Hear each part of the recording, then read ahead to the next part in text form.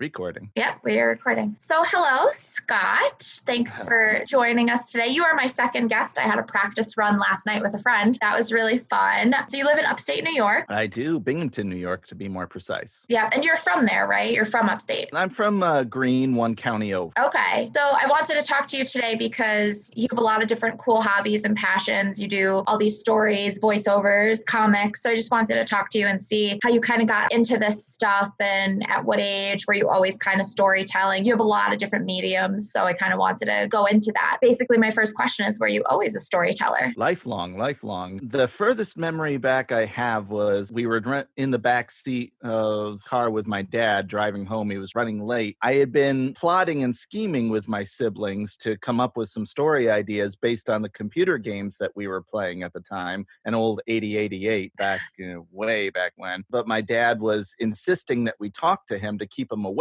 because he was super tired. And so I said, all right, I'm actually coming up with some video game ideas. I'm going to be a computer game maker. From then on, I've just been telling stories just on and on and on. The medium's changed. But since I was 5, I've been doing that. Wow, since you were 5. And what kind of mediums have you played around with? It started with the want to make computer games. Of course, before you can actually make a video game, you have to come up with proof of concept. You have to come up with the idea. And what mediums does a 5-year-old have but pen and paper? Started with that and saying, this is what a screenshot of the video game will be. And I just drew that every day, just come up with a new drawing, a new idea, that sort of thing. Wow. Do you have any of those drawings from when you were little? The first ones I did, I wish I did, but I gave them to someone and they misplaced them. I don't know what happened. But the good news is, as I got older, still drawing, still doing that, I have a lot of those older drawings. They're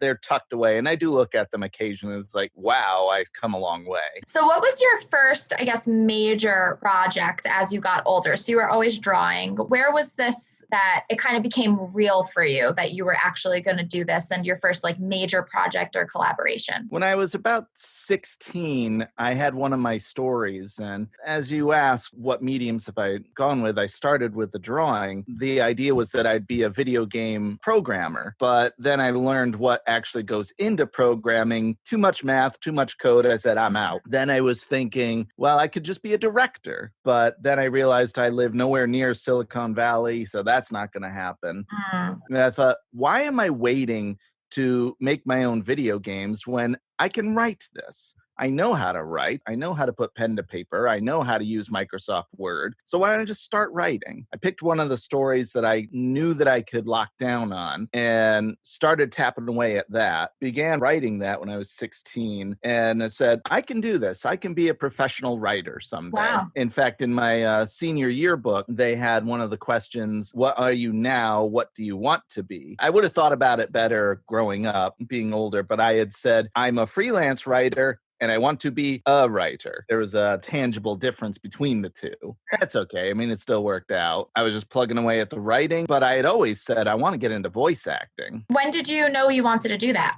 That one's not as clear to me. I think it was just a gradual thing. I just don't remember when I didn't not want to be a voice actor. I mean, I know when I was a kid, it never occurred to me. Come to think of it, I've wanted to be an actor for a long time. Oh, you did? Yeah, that's one that just kind of back of the head, like back burner stuff, so easy to forget about. I always liked that idea, and voice acting seemed like a good way to start. So what was your first voice acting gig? Fiverr is a website that I use. No, go further back. Gosh, now it's all blending together, but I'm pretty sure when I moved back to Binghamton, just a couple blocks away, there's a radio station, just a small little thing for like soul, hip hop music, that sort of thing. I offered my services as a writer and as a voice actor, and he let me record a lot of the liners in between songs. Oh, that's so cool. I feel like off the top of my head, that was my first opportunity to that.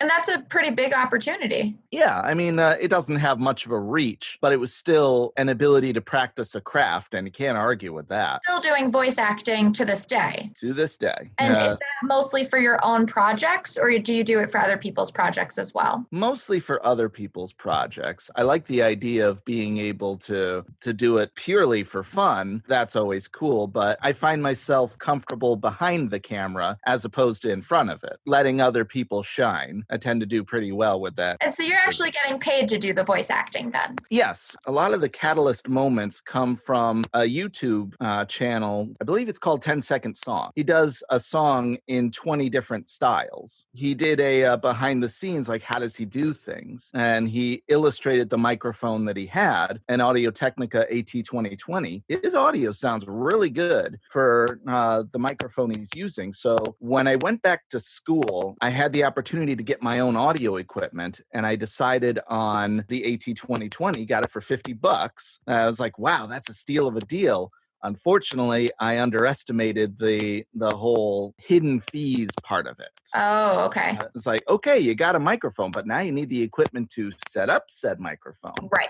So I went to Guitar Center and I held up the microphone and said, I need this to be able to run on my computer. So the guy set me up, microphone stand, pop screen with an XLR cable and the audio interface, which my computer is now plugged into. I probably sank it about $200. Okay, not as cheap as I thought. Thankfully, financial aid overflow made it easy to do that. Made my way to Fiverr. The guy at 10-Second Songs says that he started on Fiverr, just doing like literally 10-second songs. If you want me to do something, I can record a little song for you in a particular style within 10 seconds. And Fiverr's a really great place to start. Yeah, Fiverr's really cool. I tell people that if you're going to be doing audio or anything, Fiverr's a great place to start. It builds up your portfolio and you make a little bit of money. It's not a bad bet. Gradually, I learned through the so-called Epic Voice guy. He does the honest trailers, or at least he does the audio for the honest. Oh, okay. He tipped me off to Voice Bunny, which is a website I use now.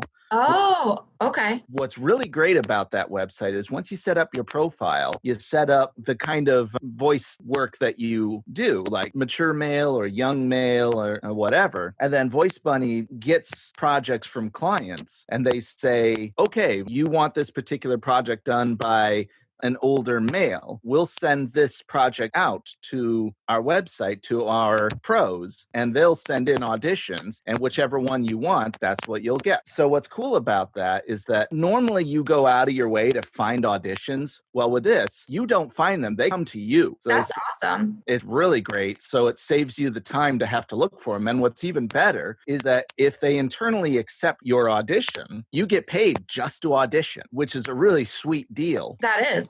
Granted, it's only like $2 to $11 based on the rates that you set for yourself and how much the project is worth. But just the fact that if your audio equipment is already set up, then you just sit down, accept the project, do the audition, record it. It's just a couple sentences usually, and then you mix it down, send it to them. You just got paid for doing less than 10 minutes work. Wow, that's so cool. The only downside, I tell people this, there are two downsides. One, half of a downside is they're picky. So if you got like a tapping from the neighbors upstairs, they hear it on the audition, it's rejected. Okay. Eventually you get the hang of that. But two downsides. One of them is that it's first come, first serve. They can't have hundreds of people auditioning at once. That's too many to go through. They usually go out for 3 to 6 people auditioning. So the unfortunate thing is it doesn't always go to the most talented. It goes to the fastest. Right. Right. And the other downside is it takes them a month to pay you. Okay. That's an annoying thing. If you're doing it to get money like right then and there and now sort of thing, not the way to go. I get auditions almost every day. Wow, really? Yeah. Once that month ticks over, then the money starts trickling in. I usually make about $100 a month. Oh, that's really cool. Yeah. I could do more. I could do the other way, which is by bookings, because clients can listen to your profile and say, I really like this. I want this person specifically to do a project. And that's where the real money is. Okay. They look at your rates and they say, this is what I like their voice and I like their rate. We want to hire this person. Again, whatever your rates are, but it could be like $20, could be a couple $100, depending on what it is. So that's a great resource. That's great. Yeah, there's other websites. Some of them you have to pay to be able to audition. The artist mantra is that artists should be writing the back of the checks, not the front. Right. Yeah, absolutely. I feel like there's just a lot of scams out there and it's hard to tell what's legit. So besides voiceovers, you also do, and drawing, so you also do a comic and stop motion as well. Yep, we've dabbled with stop motion a little bit since another colleague joined us who's really big in stop motion. It's like, yeah, it's kind of fun. It's very time consuming though. And there's a lot of... it looks it. Because you have to write it out. You almost have to storyboard it. Maybe we'll try it again at some point and see how serious we are with it. But that's not really my primary angle. But you did mention my comic strip. That's an interesting history. Back in 5th grade, there my friends were and I sitting there with a box of the scented markers, like blue is blueberry, purple is gray. We thought that would be really fun to bring those little anthropomorphic fruit characters to life. We cut them out of the box and just had them move around a little bit, just let the imagination run free. And then finally it was just, we could make a video game out of this because, we were still in the video game kick. And we decided to call it Citrus. Anthropomorphic characters running one side of the street, another shooting other fruity or veggie bad guys, that sort of thing. It was fun, but it became another project that just kind of became one of many. And I you're still posting them though. You posted one in like July or something. Years later, I was looking for another avenue of artistic expression. And I thought, I was a big fan of webcomics for a long time, for many years. And I thought I could get in on that too. One thought leading to another, I thought, why don't I make these Citrus characters and turn them into a comic strip? I got everything together and started piecing it together. And eventually I got Citrus Comics. It wasn't too bad. I mean, the archives are on DeviantArt. That's an easy link away. As I was playing the video game World of Warcraft for a little while, there was a guy that was a part of my guild that said, I could help you put your website together. So we had citruscomics.com. That ran for a while. Ran out of money, though, and time. My firstborn was taking up a lot of my time. Ran out of money to comfortably pay for the website's hosting. And also family was taking up a lot of my time. So I was like, I'm just going to have to retire this comic. So okay. That was out for a while. But then as I got employed at a radio station that I work at, Equinox Broadcasting, they bought a local newspaper, Carousel. Oh, okay. Yeah. And the editor-in-chief, Chris Bednarchuk, had saying that he was interested in new content. Like if any one of us wanted to write for it or contribute anything, just let him know. Well, I had a comic strip for a while. Would you be interested? Could you put it back in? Yeah, sure. So I sent it to him. He liked the samples and he gave me the format and I started contributing that way until Chris Bednarchuk left the company, left the radio station and took a job at Binghamton University. It's like, they'll put the paper in question, but then someone else bought it and said, if you still want to contribute, you can do it. Yay. Oh, great. So for about a little less than a year and a half, I was contributing a monthly comic strip to the newspaper, hence why it was no longer in color. It was in black and white. Okay. That's okay. It worked out all right. But now the newspaper's future is in question again. They ran out of money again. Oh. So it's like, all right, I guess I'm done doing that. But you know what? It's okay. I can take a break from it for now, and then I'll just get back to it and just continue to distribute digitally like I was doing before. Yeah, because you have it posted on your Instagram and Facebook and everything, so.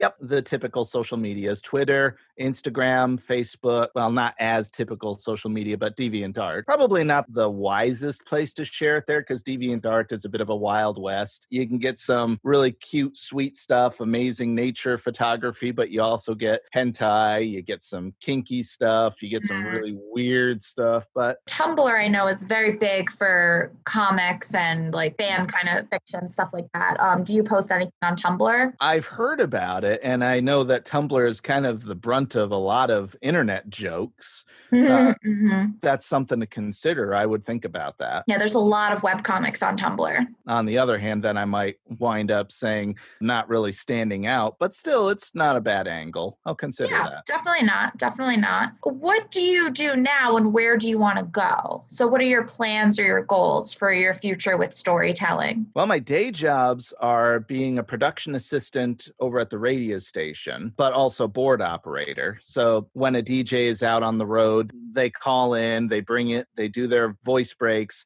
I mix it down and then put it into the schedule so that it plays on the air. It's a fun job. You just kick back and just watch YouTube videos until you get the voice break. All right, I'm up, do my stuff, put it back in. All right, that's all set. And then kick back again and back onto YouTube. Doesn't pay a whole lot, but radio is one of those things you don't do it for the money. Right. And yeah, absolutely. Yeah, you do it because you love the craft. You love the media. Whenever they need some audio made up, like if they need some new liners made, I do those too. And then at the TV station, WBNG that I work at, I'm also a production assistant. I was hired as the cameraman, but they did warn me that my job was going to be outsourced to robot. Yeah, that kind of sucks. They allowed me to stick around. They allowed me to hang out and continue to work, which was great. So now I go in and I'm the audio guy. So I sit down at the audio board in the evenings and I do the audio. If you hear that somebody's microphone, like somebody is super quiet or it cuts out, it might be because of me on Monday. On Monday and Tuesday, I only work 2 days a week, which kind of sucks. But with both the radio station and the TV station, it's more about being a part of the team, being a part of making everything happen. As much as I would love to be a part of things so that I'm there more often, thus I get paid more, I'm just happy to be part of the team. I come from almost 15 years of retail. Oh, okay. I worked about 1.5 years at Giant Markets, now known as Wise, and then I went over to Lowe's. I gave almost 13 years of my life to them, about 7 years longer than I should have. Bit of advice: if you're working at somewhere that you don't want, that it's not part of your craft and you're not really passionate there, don't give them any more than 5 years of your life. After that, move on. How did you decide to move on? What was the trigger for that? They kicked me out. Oh, they did? Yeah, I'm no victim there. But what they cited me, my attendance and leaving cash in the drawers overnight, not once but twice, that was true, but I would have thought that they'd be a little more fair about it. Everybody makes mistakes. Nobody's perfect. Yeah, I think I was just getting too expensive for them, so they were looking for any excuse to give me the boot. So it almost kind of worked out for you, though, that happened, because you were kind of comfortable, complacent, and you got kicked out and then had to move on. Absolutely. Well, I'm bitter about the circumstances. I just wish they'd have been a little kinder about it. I don't regret it happening because, yeah, maybe I would still be there. You said it right, complacency. So when they gave me the boot, I was ready to look for another so-called shit job before a family friend said, why don't you go back to school? Not a bad idea. And so talked to my wife about it, and we made it happen. I got set up at SUNY Broome for communications. 2 years later, got my degree in said communications, got a job at the radio station even before I graduated, which really threw me off, but that's serendipity for you. And I've been going on from there, just being the best storyteller I can be at both the radio station and at the TV station. That's great. So do you have any personal big projects coming up or anything you're working on, or are you just focusing on your career at the radio and TV station? Especially the TV station is just to buy me time while my wife is in school for health and human services. Once she graduates from that, she's going to work on getting her day job. It's almost guaranteed that whatever she gets into, it's going to be making more than what I make at the radio or TV station. Especially the TV station, is to buy me time until she gets to that point. Then I can resign from the TV station, be the homebody, be the Mr. Mom, the homemaker, which is weird for both of us because I've been the breadwinner ever since we've been married. But we're willing to make that change. She's stuck in the house all the time. She wants to get out. God bless her. I just as soon stay home. That's just how I like to roll. when that happens, theoretically, I can focus on my side projects that I'm really interested in, like writing. You know about the book that I'm working on. Yes. Can you tell me about that? Tell me some details about where you're at with that. I haven't really been able to focus too much on that. Not only am I a husband, not only am I a breadwinner, not only am I a father, I'm also a study buddy.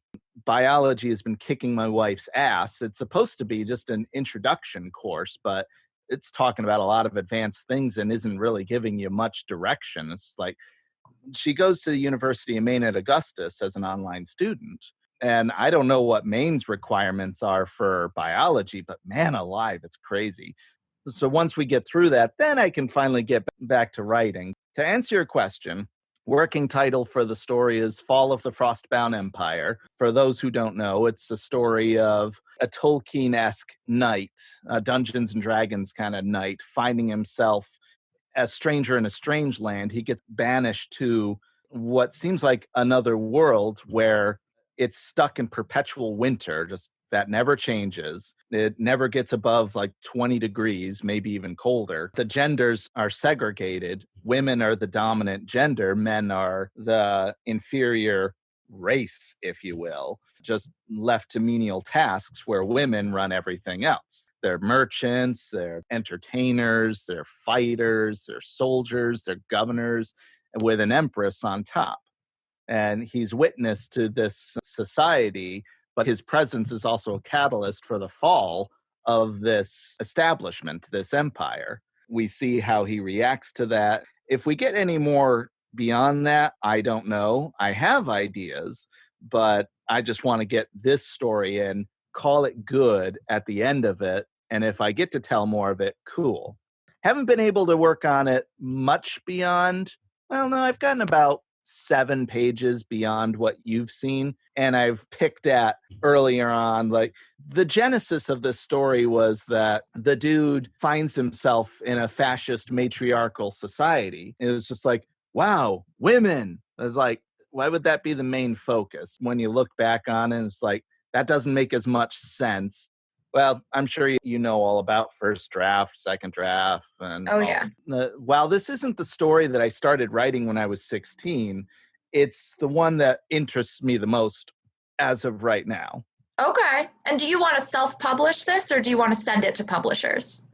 I probably would want to send it to publishers. I know that's not as easy as it used to be. And a lot of people, I do know that Amazon allows people to self-publish, but I don't know, that like other mediums, that's very Wild West-esque, where there's a lot going on and everybody drowns each other out. So I'd rather have this be something that catches the eye of a major publisher, believes in it, and pushes it.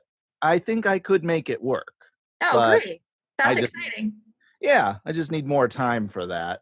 I can also get back to my comic strip. I like the idea of finding a new publisher, but I don't know about that. What's fun about being self-published with your comic strip is you can make it in whatever format you want. To have it in Carousel, it was great, but I had to conform to a particular mode. I prefer 4 panels. It gives you a little more time to tell your joke. It feels like a good balance of not being too long, but still enough time to do the build-up and then the payoff at the end. 3 panels is cool, but I prefer 4. Okay. A big takeaway from being a cartoonist is it teaches you brevity. When you're a writer, when you're an author writing a book, you eventually learn that you have that freedom. When I started writing, my inspiration was Battlefield Earth by L. Ron Hubbard. Good book or bad, I don't know. I haven't read it as an adult. I'd have to look at it again to see if it really is. But regardless, it taught me what a book should look like, what the written word would be like. So I said, okay, I'm going to emulate this. But then I read Fight Club by Chuck Palahniuk. It was almost the antithesis of Battlefield Earth. It's like, this is a totally unorthodox way of writing things. And it showed me I can write any way I want. Right. So I started writing that one story back when I was 16. I changed the format. I almost threw that book out, honestly. Really? I started writing it when I was 16. And then when I got to around 20, 22, I'd been writing almost every day. I got maybe maybe 300 pages in. I looked at it again and I just said, did I really write this shit? Wow. The genesis of the story was when I was maybe 7 or maybe 9. Then I started writing it when I was 16. It was originally supposed to be a video game. So when I looked at it, noting that it was written by a 16-year-old, it showed.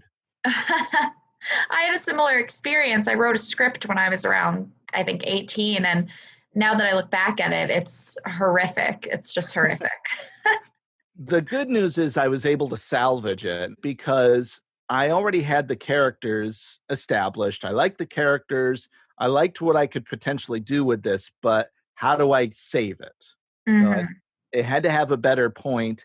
It had to have a better ending. The idea was that it was a typical 1950s alien invasion apocalypse sort of thing. The people save the day. They do kind of an Infinity Stone sort of thing. Not exactly, but similar, where they reset the planet as if it never happened and everybody is in a better shape and everyone is happy, the end. But like, that's not really how life works, is it?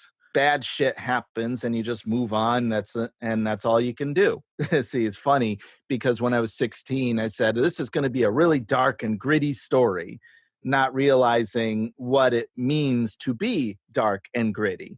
You can illustrate blood, you can have the aftermath of bad things happening, but is it really interesting? If a story hasn't earned that dark, that gritty, then it just feels forced and empty. And that was part of the problem. Okay. You're just trying to put in details as if that's all you need to do. I had always heard of third person past tense narrative, and that just seemed like the gold standard. But then I was talking to people saying all I know is first person present tense. It's like, that's odd, but that sounds interesting. So I switched to that, and it really did breathe new life into that story. Wow.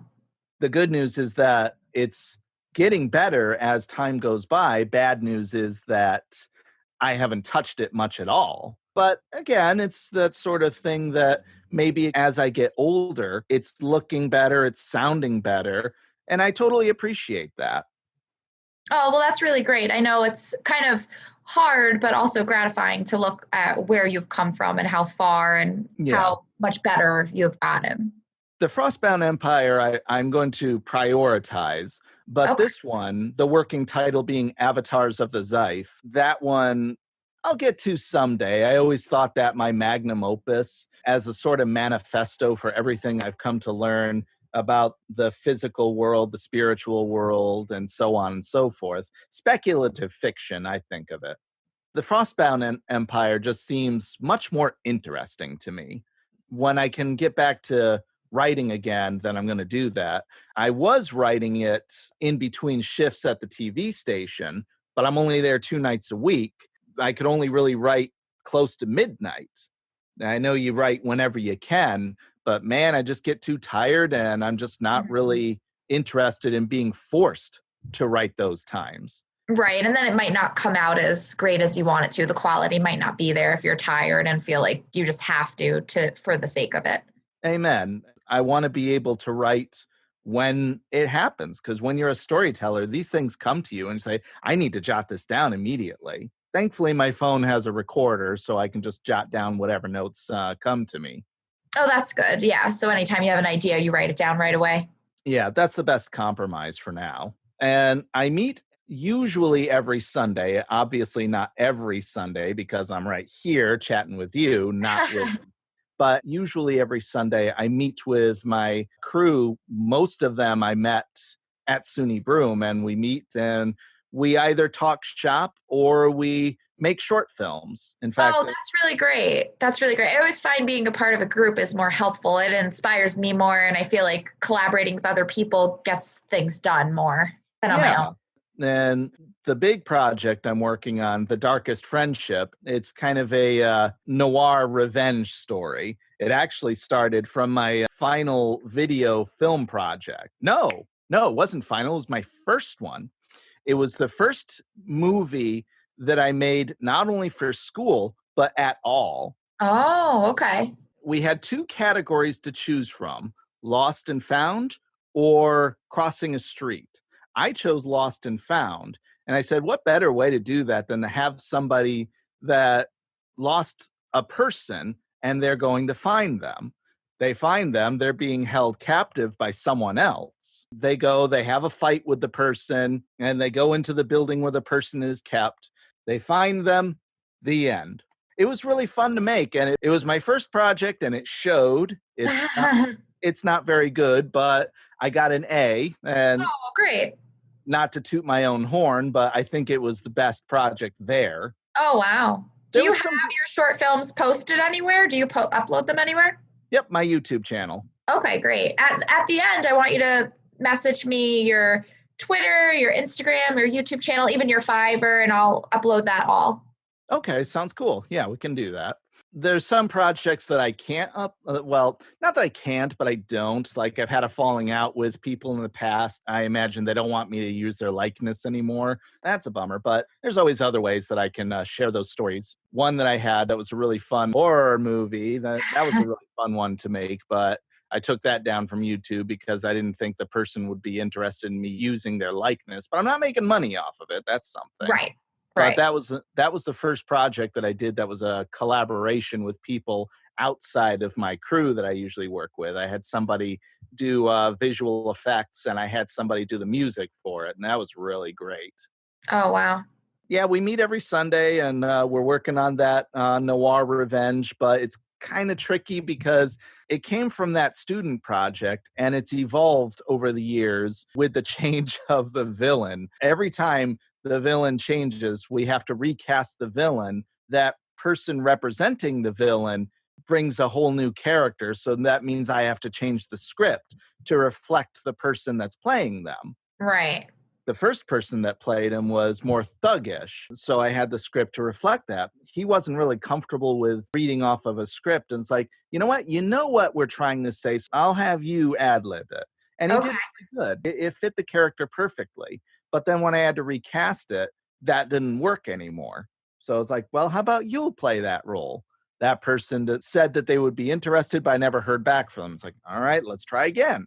Then a woman filled in for the role. It's like, okay, now I got to change the gender. So then that person developed a lackey. So then I had to change based on that. Then that person bowed out, the same person that was involved in that horror film. I had to drop that. Then I finally got a new character, a new person playing it. And finally, I could lock down and do it. And I finally did it. I did that person's scene, all done, all good. But now I need to rewrite other things to reflect that scene. It's like, Right. writing sucks. Yeah. I mean, I love writing, but I hate writing because there's a lot, like you said, a lot of work. Yeah. But I mean, it's worth it. Yeah, I have the same kind of thing. I love to write, but when I sit down to write, I'm like, I don't want to do this anymore. I kind of have a love-hate relationship with it, I guess. My real passion is in voice work. I love filmmaking and I love writing. Whenever I see behind-the-scenes stuff on TV, somebody recording their lines for a Disney film or a Pixar film or DreamWorks, whatever, and they're in front of the microphone and they're talking, it's just like, oh my gosh, I get so giddy about that. I don't know why, but... Oh, that's really great, though, to know what you're really passionate about, because you have so many hobbies. You have so many mediums of telling stories. So it's nice to know your one true passion, your one true love. And if we're being honest, the first thing I saw was not you, but your microphone and pop screen. It's like, I don't know. It's just weird, but we all have our weirdness. Just roll with it. Yeah, absolutely. Well, I think that's it for my questions. Did you have anything else you wanted to add? Follow your dreams. That's what I did. I don't know. But what I can say is that you're never too old to pursue what you want to do. I'm a late bloomer. I've always been late to the party, learning to tie my shoes, learning to ride a bike. The only thing that I took too quickly was reading. Back with computer games, it was all about reading what was on the screen. I wanted to play the video game, but you can't play if you don't know what's on the screen. Yeah.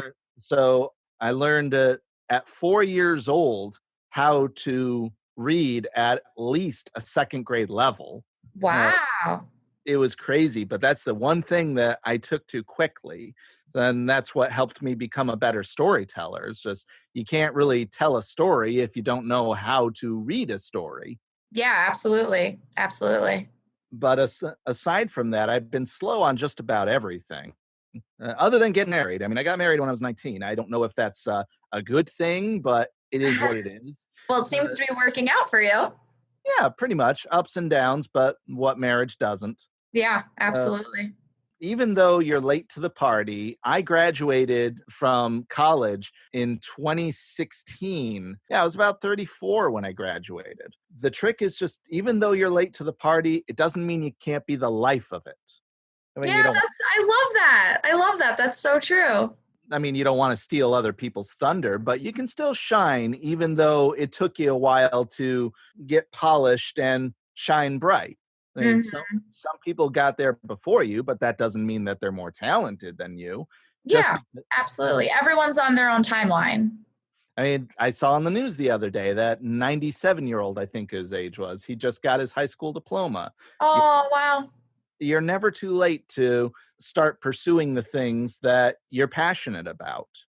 Yeah, Uh, absolutely. And I think that's important because I think a lot of people think that, oh, I'm 35, oh, I'm 40, whatever. It's too late. I should have done this when I was 18 or 22. And I don't think that's true because I think everybody's life takes them in a different direction and everybody has a lot going on. And sometimes those things get in the way or take priority.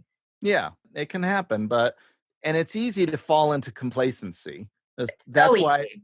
that's why I was stuck at Lowe's for so many years, is because that safety net. I wasn't happy about it anymore. I mean, I used to like it, but then just you get burned out by it after a little while, dealing with customers, dealing with bureaucracy, dealing with coworkers, just you Yeah. get tired of it. And I think the universe heard me and it's like, but you want to do more things. Well, I can't really. I've got to work. So the cosmos said to my bosses, this guy's here too long. Give him the boot. It seems like it's worked out. I know it wasn't the greatest circumstance, but you are where you are, and it seems like you're going in a great direction. Amen to that. Amen. Yeah, So well, awesome. Thank you so much for talking with me today. And it'll take me a while to edit this because my computer is kind of broken. I need to get a new one. But send me all of your links and I will add them to the episode. can do. Thank you.